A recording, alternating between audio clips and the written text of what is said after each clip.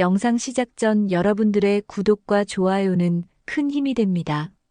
서울 강남구의 한 아파트 단지에서 이른 아침이 밝아오고 있었습니다. 고층 아파트. 거실 창문으로 스며드는 햇살이 깔끔하게 정리된 거실을 비추고 있었어요. 벽에 걸린 웨딩 사진 속 신랑 신부가 환하게 웃고 있었습니다. 사진 속 남자는 단정한 인상을 가진 33살 민준이고, 옆에 서 있는 여자는 긴 머리를 우아하게 넘긴 31살 수진입니다. 민주는 여느 때와 다름없이 아침 7시에 일어나 정갈하게 정장을 차려입고 있었어요. 1금융권 은행에서 대리로 근무하는 민준의 하루는 언제나 규칙적이었습니다. 면도를 마친 후 거울을 보며 넥타이를 매는 모습에서는 안정감이 느껴졌죠. 반면 수지는 아직 잠에서 깨지 못한 채 이불을 뒤집어 쓰고 있었습니다. 민준이 부엌에서 토스트를 굽고 커피를 내리는 동안 수진이 비로소 잠에서 깨어났어요. 부스스한 머리로 거실로 나온 수진을 보며 민준이 다정하게 아침을 준비했다고 말했습니다. 수진은 하품을 하며 식탁에 앉았어요. 시청 공무원인 수진의 출근 시간은 민준보다 1시간 정도 늦었지만 민준은 항상 수진의 아침을 챙겨주었죠. 이것이 결혼 2년 차 부부의 일상이었습니다. 식탁에서 아침을 함께하는 두 사람의 모습은 평범하면서도 단란했어요. 민준은 경제신문을 읽으며 오늘의 금리 동향을 체크했고, 수지는 스마트폰으로 날씨를 확인하며 오늘 입을 옷을 고민했습니다. 대화는 많지 않았지만 서로의 존재가 자연스러웠죠. 마치 오래전부터 함께 살아온 부부처럼 편안한 모습이었어요. 회사 동료들은 늘 민준을 부러워했습니다. 안정적인 직장에 예쁜 아내까지 갖춘 완벽한 조건이라며 말이에요. 수진 역시 시청 동료들로부터 부러움을 샀어요. 잘생긴 은행원 남편에 경제적 여유까지 있으니 말할 것도 없었죠. 주변 사람들은 두 사람을 보며 정말 이상적인 커플이라고 입을 모았습니다. 누구나 갖고 싶어하는 완벽한 조건의 부부였어요. 두 사람은 1년 전 지인의 소개로 만났습니다. 첫 만남부터 서로에게 호감을 느꼈고 연애 1년 만에 결혼에 이르렀어요. 만남의 과정도 순탄했고 양가 부모님들의 반대도 전혀 없었습니다. 오히려 서로를 마음에 들어 했죠. 결혼식 당일 하객들은 입을 모아 미남미녀 부부라며 축복해 주었어요. 민준의 어머니는 수진을 보며 며느리가 이렇게 예쁠 수가 없다고 좋아하셨고, 수진의 부모님도 민준을 마음에 들어 했습니다. 신혼여행은 유럽 2주일 코스였어요. 프랑스 파리에서 에펠탑을 배경으로 찍은 사진들, 이탈리아 로마에서 손을 잡고 걷는 모습들이 지금도 거실 앨범에 고스란히 남아 있었죠. 돌아와서는 강남 아파트를 전세로 얻어 신접살림을 차렸어요. 모든 것이 순조롭고 아름다웠습니다. 마치 드라마에서나 볼 법한 완벽한 신혼생활의 시작이었죠. 결혼 1년 차까지는 정말 행복했어요. 민주는 퇴근 후 집에서 수진과 함께 저녁을 해먹으며 하루 있었던 일들을 나누었습니다. 주말에는 함께 영화를 보거나 맛집을 찾아다니며 데이트를 즐겼죠. 수진도 민준을 위해 요리를 배우고 집안을 예쁘게 꾸미는데 열중했습니다. 두 사람만의 달콤한 신혼생활이었어요. 서로를 아껴주고 배려하는 모습이 보기 좋았습니다. 그런데 결혼 2년 차에 접어들면서 두 사람은 본격적으로 2세 계획을 세우기 시작했습니다. 민주는 아이가 생기면 더 큰 집으로 이사 가야 한다며 적금을 불려나갔고, 수지는 임신 준비를 위해 엽산제를 챙겨 먹기 시작했어요. 미래에 대한 계획으로 가득했던 그 시절이었죠. 두 사람 모두 곧 태어날 아기를 생각하며 설레어했습니다. 완벽한 가정을 꾸리겠다는 의지로 가득했어요. 민준이 출근 준비를 마치고 현관에서 구두를 신고 있을 때 수진이 다가와 넥타이를 다시 한번 만져주었습니다. 오늘도 수고한다는 말과 함께 저녁에 맛있는 음식을 해놓겠다고 했어요. 민준도 고맙다는 말과 함께 수진에게도 하루 화이팅 하라고 응원했습니다. 이런 평범한 아침 인사가 두 사람에게는 소중한 일상이었어요. 매일 반복되는 작은 행복이었죠. 민준이 문을 나서며 수진에게 작은 키스를 남기고 엘리베이터를 타고 내려가는 모습을 수진은 창문을 통해 지켜보았습니다. 그때까지만 해도 이 평범한 행복이 영원할 거라 믿고 있었죠. 주변 사람들이 부러워하는 완벽한 부부 그 자체였습니다. 경제적으로도 외적으로도 부족함이 없는 이상적인 커플이었어요. 하지만 인생은 예측할 수 없는 법이었습니다. 결혼 2년 차가 지나고 두 사람이 본격적으로 아이를 갖기 위한 준비를 시작하던 무렵부터 미묘한 변화가 시작되었습니다. 처음에는 너무 작은 변화여서 민준도 알아차리지 못했어요. 수진이 평소보다 조금씩 늦게 집에 들어오기 시작한 것이었습니다. 시청에서 근무하는 공무원이라는 특성상 수진의 근무 시간은 비교적 일정했어요.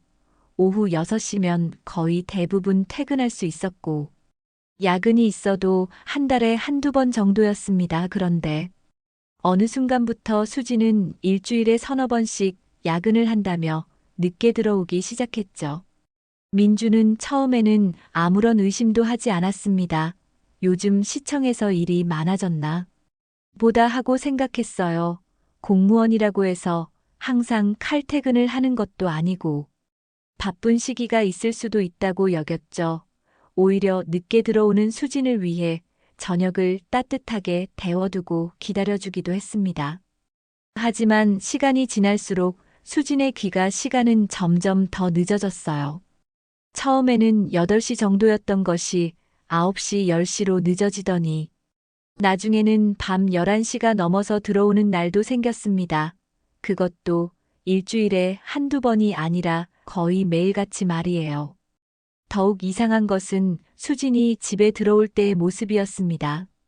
예전에는 퇴근 후 집에 들어오면 민준에게 안겨서 오늘 하루 어땠는지 이야기를 나누곤 했어요. 하지만 이제는 집에 들어오자마자 씻으러 들어가거나 피곤하다며 바로 침실로 향했습니다. 민준과의 대화도 현저히 줄어들었어요. 어느 날 밤 수진이 평소보다 더 늦은 시간에 들어왔습니다.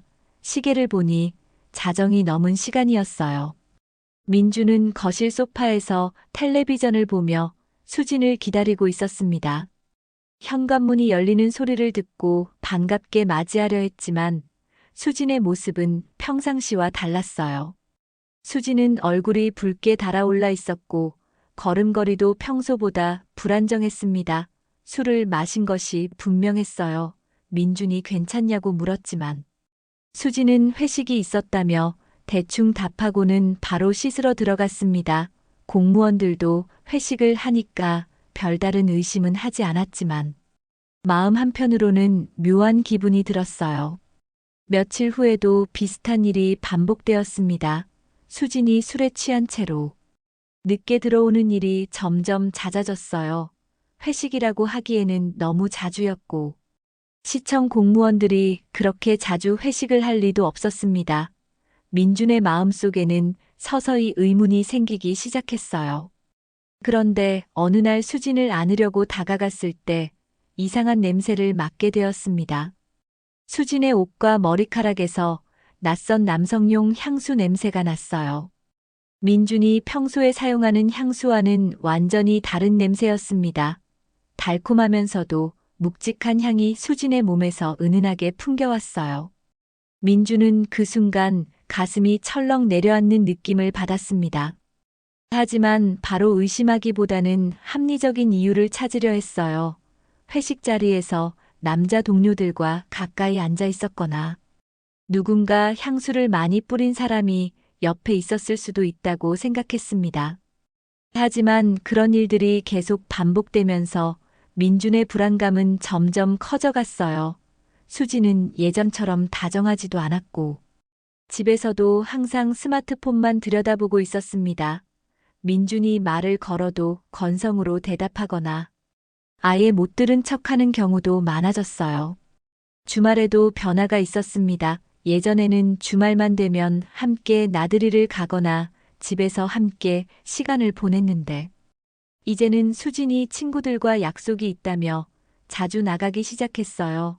토요일 오후에 나가서 밤늦게 들어오거나 아예 다음 날 오후까지 들어오지 않는 날도 생겼습니다. 민주는 점점 혼란스러워졌어요. 결혼 초기에 달콤했던 수지는 온데간데 없고 마치 다른 사람처럼 변해버린 것 같았습니다. 집에 있을 때도 마음이 딴 데 있는 것 같았고 민준과의 스킨십도 현저히 줄어들었어요. 이세를 계획하고 있던 두 사람이었는데 그런 이야기조차 더 이상 나누지 않게 되었습니다. 민준의 마음속에는 설명할 수 없는 불안감과 의심이 조금씩 자리 잡기 시작했어요. 하지만 아직은 확신할 수 없었고, 혹시 자신이 예민하게 생각하는 것은 아닌지 스스로를 의심하기도 했습니다. 어느 평범한 화요일 오후였습니다. 민주는 은행 창구에서 고객 상담을 마치고 사무실로 돌아와 서류 정리를 하고 있었어요. 오후 2시경이었는데 평소와 다름없는 일상적인 업무 시간이었습니다. 동료들은 각자 맡은 일에 집중하고 있었고 은행 안은 조용하고 차분한 분위기였죠. 그때 민준의 사무용 전화기가 울렸습니다. 업무상 전화인 줄 알고 평상시처럼 받았어요. 하지만 전화기 너머로 들려온 목소리는 예상과 전혀 달랐습니다. 여성의 목소리였는데 음성이 떨리고 있었어요. 마치 많이 긴장하거나 화가 난 것 같은 느낌이었습니다. 전화를 건 여성은 자신을 소개하며 말을 꺼냈습니다. 민준 씨 맞으시죠?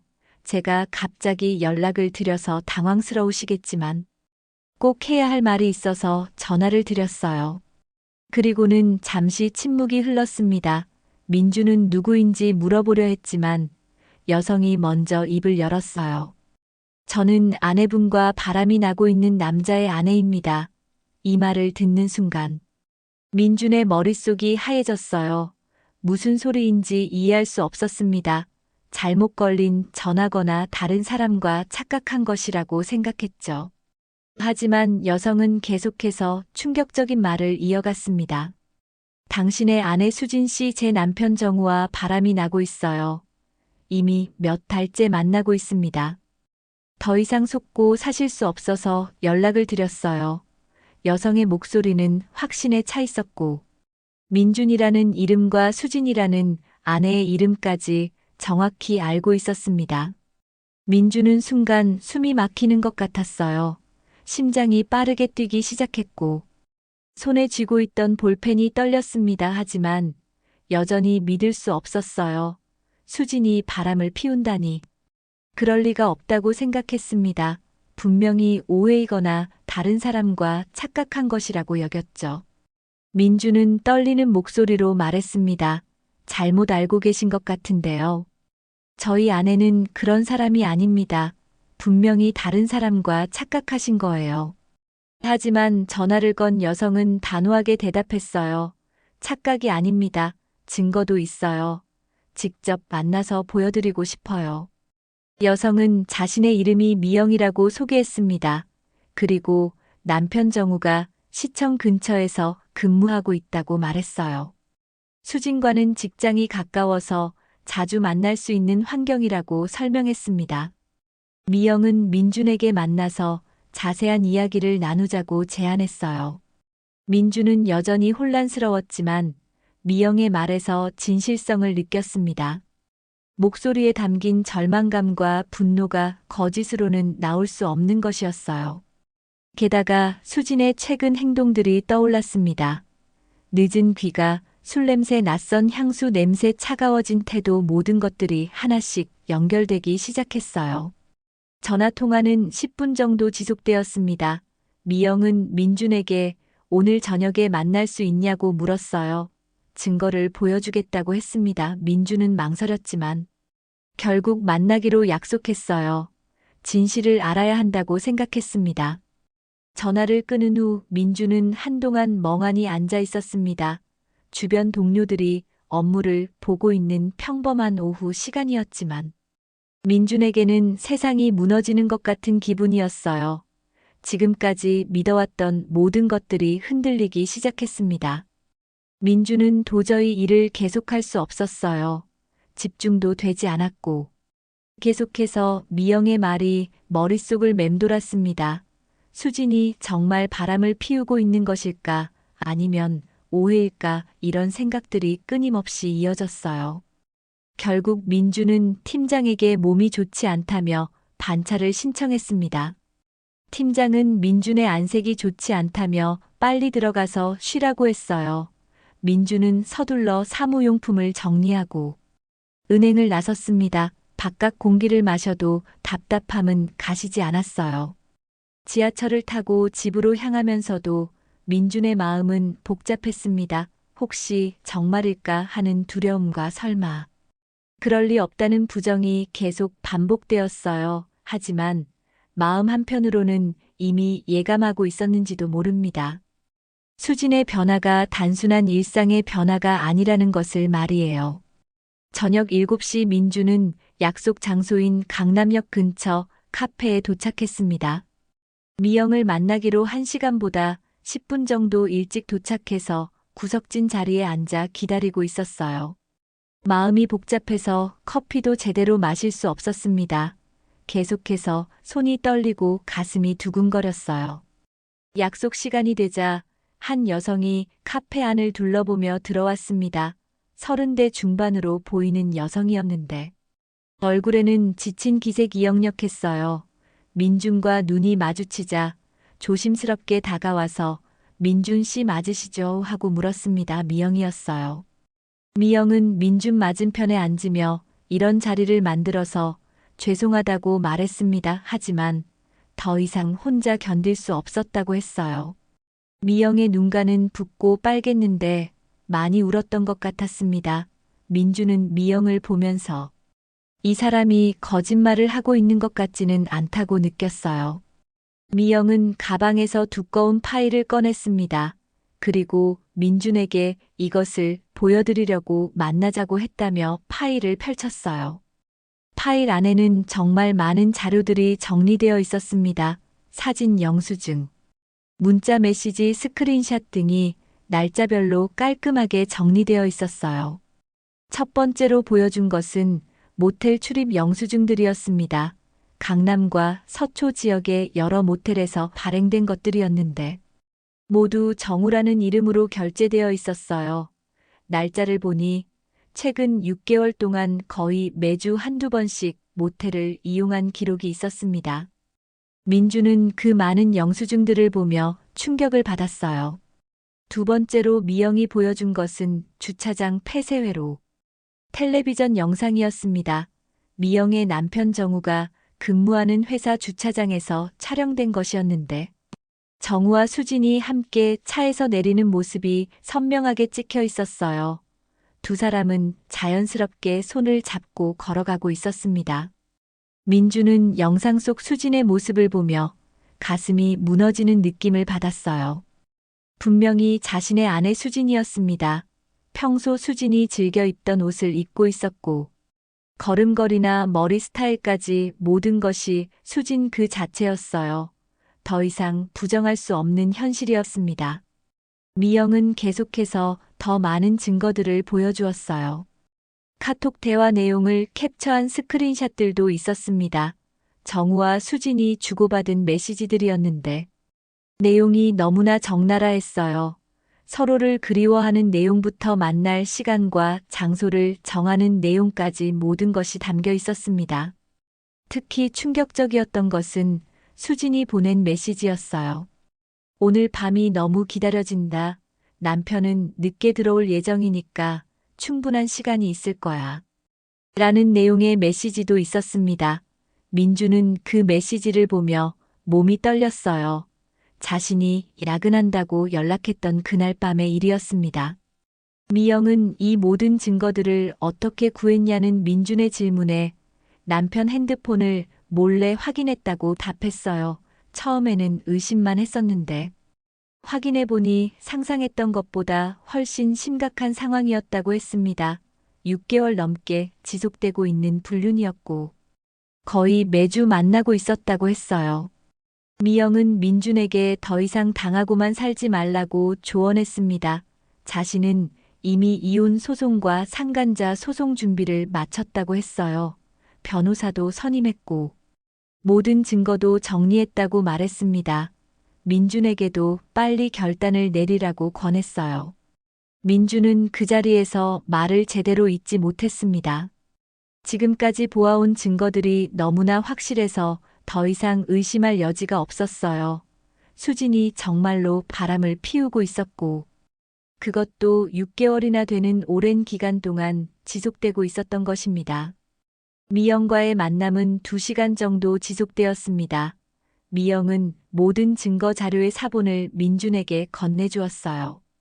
그리고 필요하면 언제든 연락하라고 했습니다. 같은 피해자끼리 도와야 한다며 위로의 말도 잊지 않았어요.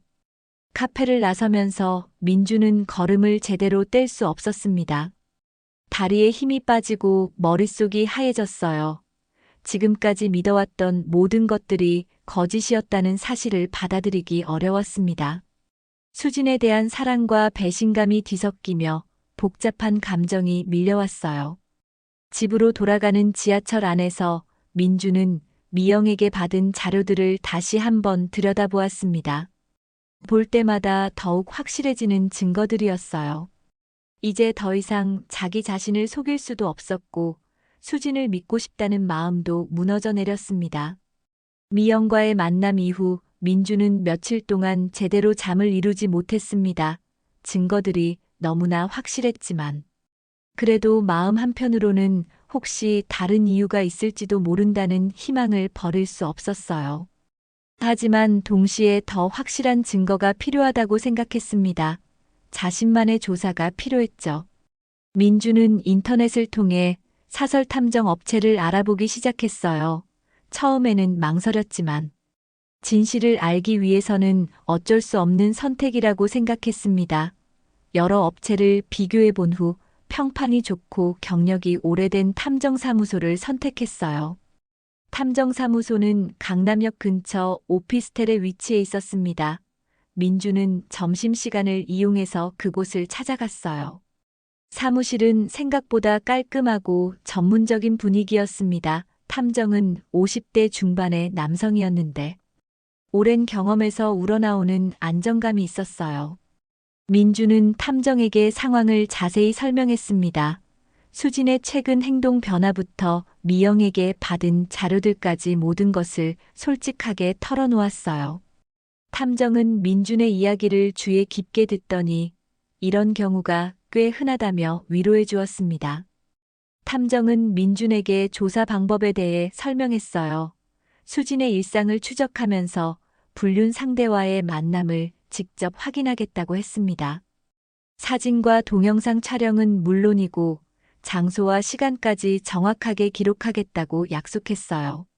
조사 기간은 일주일 정도면 충분할 것 같다고 했습니다. 조사 비용은 생각보다 비쌌지만 민주는 주저하지 않고 계약을 체결했어요. 진실을 알기 위해서는 어떤 비용이든 감수할 각오가 되어 있었습니다. 탐정은 조사 중에는 평소와 다름없이 행동하라고 조언했어요. 수진이 눈치채면 안 되니까 말이에요. 일주일이 지난 후 탐정으로부터 연락이 왔습니다. 조사가 완료되었으니 사무실로 와서 결과를 확인하라고 했어요. 민주는 가슴이 두근거리며 탐정사무소를 다시 찾았습니다. 탐정은 두꺼운 파일을 민준 앞에 놓으며 안타까운 표정을 지었어요. 파일을 열어보니 상상했던 것보다 훨씬 많은 자료들이 들어있었습니다. 고화질 사진들과 동영상 파일들이 시간 순으로 정리되어 있었어요. 모든 자료에는 정확한 날짜와 시간이 표시되어 있었습니다. 탐정의 전문성을 느낄 수 있는 체계적인 정리였어요. 첫 번째 사진은 수진이 정우와 함께 강남의 한 카페에 들어가는 모습이었습니다. 두 사람은 자연스럽게 대화를 나누며 걸어가고 있었어요. 카페 안에서 찍은 사진에서는 두 사람이 테이블 너머로 손을 맞잡고 있는 모습이 선명하게 담겨 있었습니다. 더 충격적인 것은 모텔 앞에서 찍은 사진들이었어요. 수진과 정우가 함께 모텔로 들어가는 장면이 연속으로 촬영되어 있었습니다. 입구에서부터 로비를 거쳐 엘리베이터를 타는 모습까지 모든 것이 기록되어 있었어요. 시간을 보니 낮 시간대였는데 수진이 야근한다고 했던 그날이었습니다. 탐정은 차량 블랙박스 영상도 확보했다고 했어요. 정우의 차량에 몰래 설치한 초소형 카메라를 통해 촬영한 것이었습니다. 차 안에서 두 사람이 스킨십을 나누는 장면들이 적나라하게 담겨 있었어요.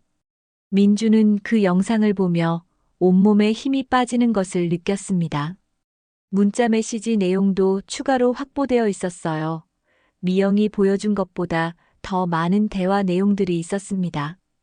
특히 수진이 보낸 메시지 중에는 오늘 밤이 정말 기다려진다. 남편이 늦게 올 예정이니까. 충분한 시간이 있을 것 같아. 같은 내용들이 여러 차례 반복되어 있었어요. 탐정은 조사 과정에서 알게 된 추가 정보도 알려주었습니다. 수진과 정우는 거의 매주 화요일과 목요일에 정기적으로 만나고 있었다고 했어요. 주로 낮 시간대에 만나서 모텔에 들렀다가 저녁에는 술을 마시며 시간을 보내는 패턴이었습니다. 민주는 모든 자료를 보고 나서야 완전히 현실을 받아들일 수 있었어요. 더 이상 의심할 여지가 없는 명백한 증거들이었습니다. 수진의 분류는 단순한 일회성이 아니라 체계적이고 지속적인 관계였어요. 민준에게 거짓말을 하면서까지 정우와 시간을 보내고 있었던 것입니다. 탐정은 이 정도 증거면 법정에서도 충분히 인정받을 수 있다고 말했어요. 이혼 소송이나 위자료 청구에 유리한 자료들이라고 설명했습니다. 민준에게 변호사를 소개해 줄 수도 있다고 제안했어요. 민준은 탐정사무소를 나서며 마음을 굳혔습니다. 이제 더 이상 망설일 이유가 없었어요. 수진과의 결혼 생활을 계속 이어갈 수는 없다고 판단했습니다. 배신감과 분노가 치밀어 올랐지만 동시에 묘한 해방감도 느꼈어요. 이제야 진실을 알았다는 안도감이었습니다. 그날 저녁 민주는 인터넷으로 이혼 전문 변호사를 검색해 보았습니다. 탐정이 추천해준 변호사를 포함해서 여러 법무법인을 알아보았어요. 내일은 변호사와 상담을 받기로 결심했습니다. 이제 본격적인 법적 대응에 나설 때였어요. 탐정이 건넨 자료를 더 자세히 살펴보던 중 민주는 뜻밖의 사실을 발견하게 되었습니다. 정우에 대한 신상 정보가 적힌 페이지에서 놀라운 내용을 확인했어요. 정우의 출신 대학이 수진과 같은 학교였다는 것이었습니다. 그것도 같은 과는 아니지만 인접한 학과였죠. 민주는 이상하다고 생각해서 탐정에게 추가 조사를 요청했어요. 혹시 두 사람 사이에 과거 인연이 있었는지 확인해 달라고 했습니다. 탐정도 이미 그 부분이 궁금했다며 며칠 더 시간을 달라고 했어요. 대학 시절 자료를 찾아보겠다고 약속했습니다. 사흘 후 탐정으로부터 연락이 왔습니다. 충격적인 사실을 발견했다면서 사무실로 오라고 했어요. 민주는 또 다른 진실이 기다리고 있다는 예감에 불안해하며 탐정사무소를 찾아갔습니다. 탐정의 표정이 평소보다 더 심각해 보였어요. 탐정이 새로 가져온 자료는 대학교 동아리 사진들이었습니다.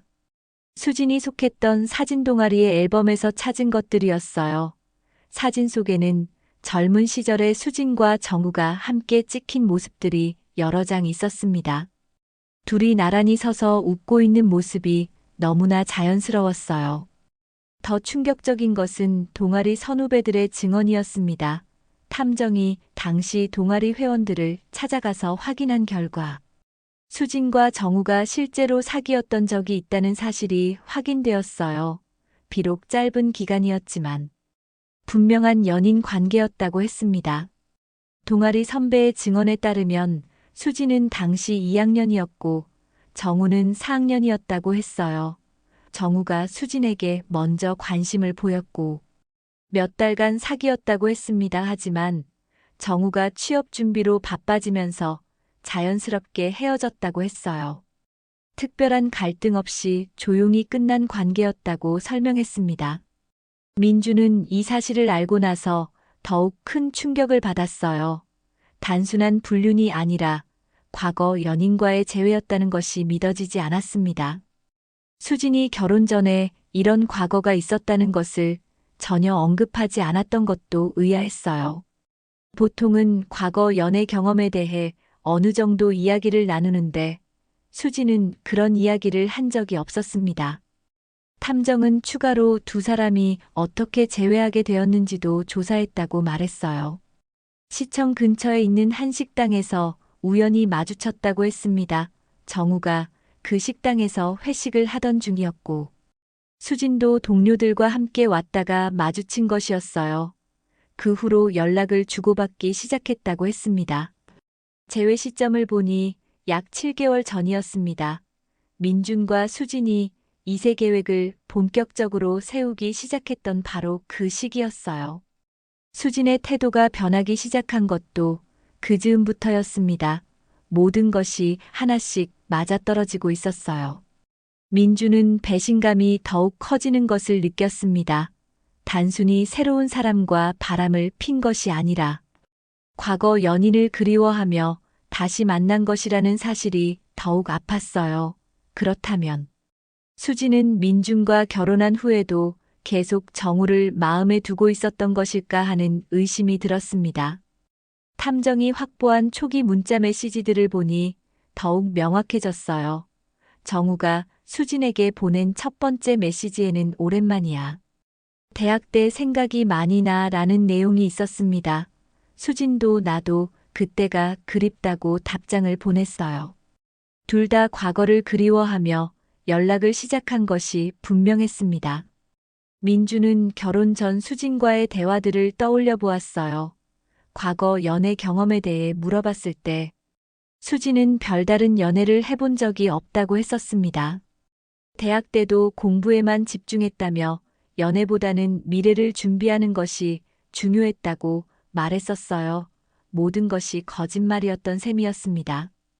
더욱 속상했던 것은 수진이 민준과 사귀면서도 정우와의 과거를 완전히 잊지 못했다는 점이었어요.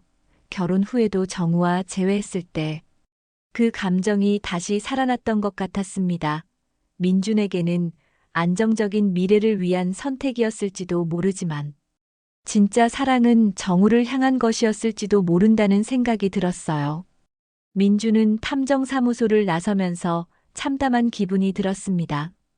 처음에는 단순한 일시적 실수라고 생각하며 용서할 수도 있다고 여겼었는데 과거 연인과의 재회라는 사실을 알고 나니 완전히 마음이 바뀌었어요. 이건 단순한 실수가 아니라 계획적이고 의도적인 배신이었습니다. 집으로 돌아가는 길에 민준은 수진과의 결혼 과정을 되돌아보았어요. 수진이 민준에게 보였던 사랑이 진짜였는지 의심스러워졌습니다. 혹시 처음부터 안정적인 결혼 상대로만 생각했던 것은 아닐까 하는 생각이 들었어요. 정우에 대한 마음은 계속 남아 있었고 재회의 기회만 기다리고 있었던 것일지도 모릅니다. 그날 밤 민주는 변호사와의 상담을 더 이상 미룰 수 없다고 생각했습니다. 이혼과 위자료 청구는 물론이고 정우에 대한 상간자 소송도 준비해야겠다고 마음먹었어요. 용서할 수 없는 배신이었고 법적으로 책임을 묻고 싶었습니다. 민주는 더 이상 망설이지 않았습니다. 탐정이 추천해준 이혼 전문 변호사를 찾아가서 상담을 받았어요. 변호사는 민준이 가져온 모든 증거들을 검토한 후 승산이 충분하다고 말했습니다. 이혼 소송은 물론이고 정우에 대한 상간자 소송도 동시에 진행하자고 조언했어요. 준비 과정은 생각보다 복잡했지만 변호사가 차근차근 도와주었습니다. 탐정이 수집한 모든 자료들을 법정에서 사용할 수 있도록 정리하고 추가 증거들도 확보했어요. 미영도 적극적으로 협조해 주었는데 그녀 역시 남편 정우를 상대로 이혼 소송을 준비하고 있었습니다. 소장이 접수된 후 수진이 법원으로부터 통지서를 받은 날 민주는 평소와 다름없이 출근했습니다. 저녁에 집에 들어가니 수진이 거실 소파에 앉아서 울고 있었어요. 손에는 법원 통지서가 들려 있었고 눈가는 빨갛게 부어 있었습니다. 수진은 민준을 보자마자 무릎을 꿇고 용서를 빌었어요. 잘못했다며 다시는 그런 일이 없을 거라고 약속했습니다. 정우와는 이미 연락을 끊었다고 말하며 민준만 봐달라고 애원했어요.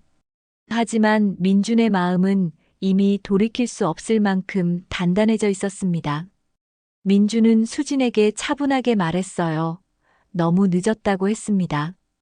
6개월 동안 지속된 불륜이 단순한 실수가 아니라는 것을 알고 있다고 했어요. 특히 과거 연인과의 재회라는 사실을 알고 나서는 더욱 용서할 수 없다고 단호하게 말했습니다.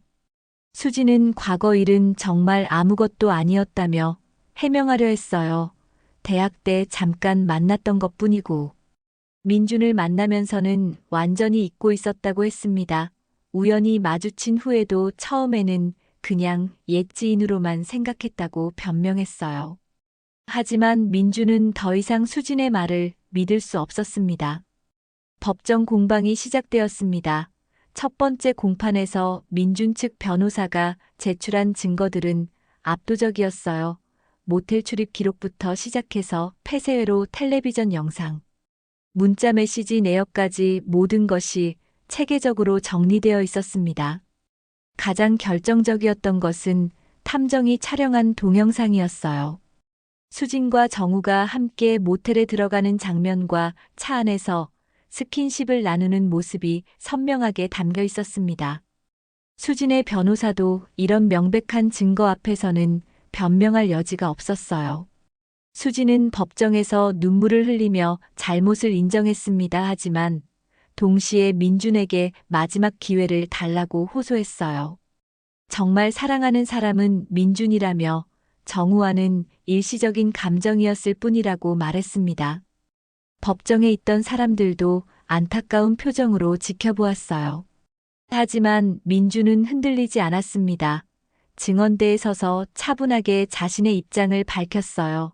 신뢰가 깨진 결혼 생활은 더 이상 의미가 없다고 말했습니다. 6개월간 지속된 불륜은 단순한 실수가 아니라 선택이었다고 강조했어요. 민준은 특히 수진이 과거를 숨겼다는 점을 지적했습니다.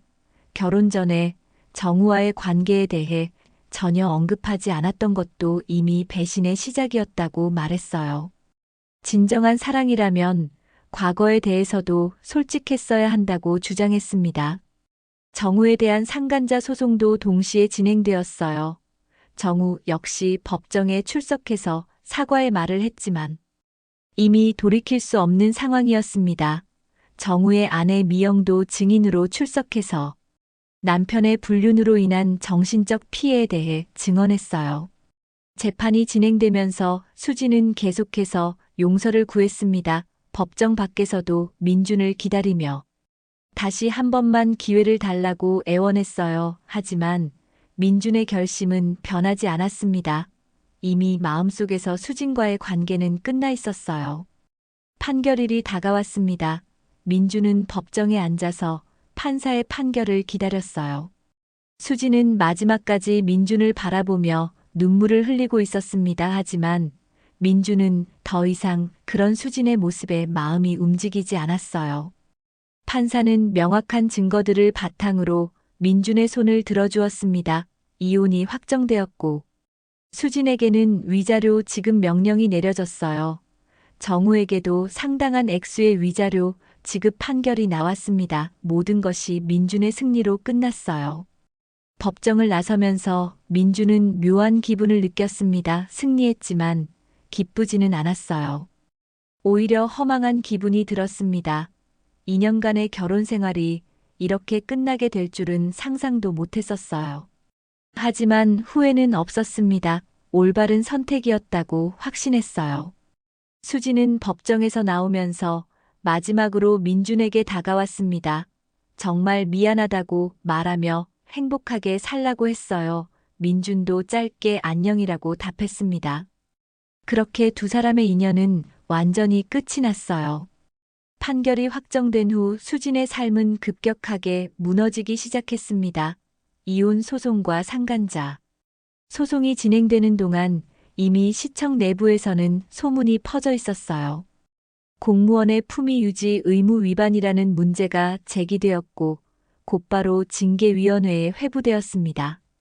징계위원회에서는 수진의 불륜 사실이 명백하다며 중징계를 검토한다고 발표했어요. 공무원으로서 사회적 신뢰를 실추시켰다는 이유였습니다. 동료들의 시선도 차가워졌고 업무 환경 자체가 견디기 어려운 상황이 되었어요. 결국 수진은 징계 결과를 기다리지 않고 스스로 사직서를 제출했습니다. 수진이 다니던 시청 부서는 규모가 크지 않아서 모든 사람들이 서로를 알고 있었어요. 평소에 모범적인 공무원으로 통했던 수진의 불륜 소식은 더욱 충격적으로 받아들여졌습니다. 점심시간마다 수군거리는 소리들이 수진의 귀에 들려왔고 복도를 지날 때마다 시선을 느껴야 했어요. 사직 후 수진은 새로운 직장을 구해야 했지만 쉽지 않았습니다. 공무원 경력은 있었지만 징계 사유로 인한 자진 퇴직이라는 이력이 발목을 잡았어요. 면접을 볼 때마다 퇴직 사유에 대해 질문받았고 거짓말을 할 수도 없었습니다. 몇 달간 취업 준비를 했지만 번번이 좌절을 겪어야 했어요. 한편 정우의 상황도 마찬가지로 처참했습니다. 미영과의 이혼 소송에서 완전히 패배했어요. 불륜의 가해자로 인정받아 상당한 위자료를 지급해야 했고 두 아이의 양육비도 매월 부담해야 했습니다. 게다가 민준에게도 위자료를 지급해야 하는 상황이었어요. 정우는 회사에서도 입지가 좁아졌습니다. 불륜 소식이 알려지면서 승진해서 밀려났고 중요한 프로젝트에서도 제외되었어요. 직장 동료들의 시선도 곱지 않았습니다. 가정을 파탄낸 남자라는 낙인이 찍혔고 회사 내에서 신뢰도가 크게 떨어졌어요. 경제적인 부담도 만만치 않았습니다. 이혼 위자료와 양육비, 그리고 민준에게 지급할 상간자 위자료까지 합치면 월급의 대부분이 나가는 상황이었어요. 정우는 원룸으로 이사를 가야 했고 생활 수준을 대폭 낮춰야 했습니다. 과거의 여유로운 삶은 완전히 사라졌어요. 수진과 정우는 판결 후 서로 연락을 피했습니다. 둘 다 현실적인 문제들로 바빴고 서로를 원망하는 마음도 있었어요. 달콤했던 불륜의 시간들은 이제 후회와 고통의 기억으로만 남았습니다. 과거의 사랑을 되찾으려다가 모든 것을 잃어버린 셈이었어요. 반면 민주는 힘든 시기를 견뎌낸 후 조금씩 일상을 회복해가고 있었습니다. 처음에는 배신감과 분노로 잠을 이루지 못하는 날들이 많았지만 시간이 지나면서 마음의 평정을 되찾았어요. 오히려 진실을 알게 된 것이 다행이라고 생각하기 시작했습니다. 은행 동료들은 민준을 적극적으로 격려해 주었습니다. 이런 일을 겪었지만 민준은 여전히 좋은 사람이라며 위로해 주었어요. 나이도 젊고 조건도 좋으니 분명히 더 좋은 인연을 만날 수 있을 거라고 응원했습니다. 팀장도 민준의 상황을 이해하며 업무상 배려를 해주었어요. 몇 달이 지난 후 민준은 새로운 아파트로 이사를 했습니다. 수진과 함께 살았던 집에서는 도저히 새로운 시작을 할 수 없다고 생각했어요. 강북 지역의 깔끔한 원룸으로 이사하면서 새로운 생활을 시작했습니다. 혼자 사는 것이 외롭기는 했지만 자유로움을 만끽할 수 있었어요. 민준의 어머니도 처음에는 이혼 소식에 충격을 받았지만 사실을 알고 난 후에는 오히려 민준을 지지해 주었습니다. 그런 며느리와는 헤어지는 게 잘한 일이라고 말씀하셨어요. 빨리 새로운 사람을 만나서 진짜 행복한 가정을 꾸리라고 격려해 주셨습니다. 민준은 2세 계획도 다시 세우기 시작했습니다. 혼자서도 충분히 안정적인 삶을 살 수 있다는 자신감이 생겼어요. 적금도 꾸준히 넣고 있었고 승진에 대한 준비도 착실히 하고 있었습니다. 언젠가 정말 사랑하는 사람을 만나면 그때 다시 가정을 꾸려도 늦지 않다고 생각했어요. 주변에서는 민준에게 소개팅을 권하기도 했지만 아직은 시기상조라고 생각했습니다. 상처가 완전히 아물지 않은 상태에서 새로운 관계를 시작하는 것은 서로에게 좋지 않다고 판단했어요. 하지만 마음의 준비가 되면 언젠가는 새로운 사랑을 받아들일 수 있을 거라고 믿었습니다. 1년이 지난 후 민주는 완전히 새로운 사람이 되어 있었습니다. 운동도 시작했고 새로운 취미도 만들었어요. 친구들과의 관계도 더욱 돈독해졌고 가족과도 더 많은 시간을 보내게 되었습니다. 혼자만의 시간을 즐기는 법도 배웠어요. 수진과 정우의 불륜으로 시작된 이 모든 일들이 결국은 민준에게 새로운 기회를 준 셈이었습니다. 진짜 자신을 사랑해줄 사람을 만나기 전에 가짜를 걸러낸 것이라고 생각하니 마음이 한결 가벼워졌어요. 미래에 대한 희망도 다시 생겨났습니다.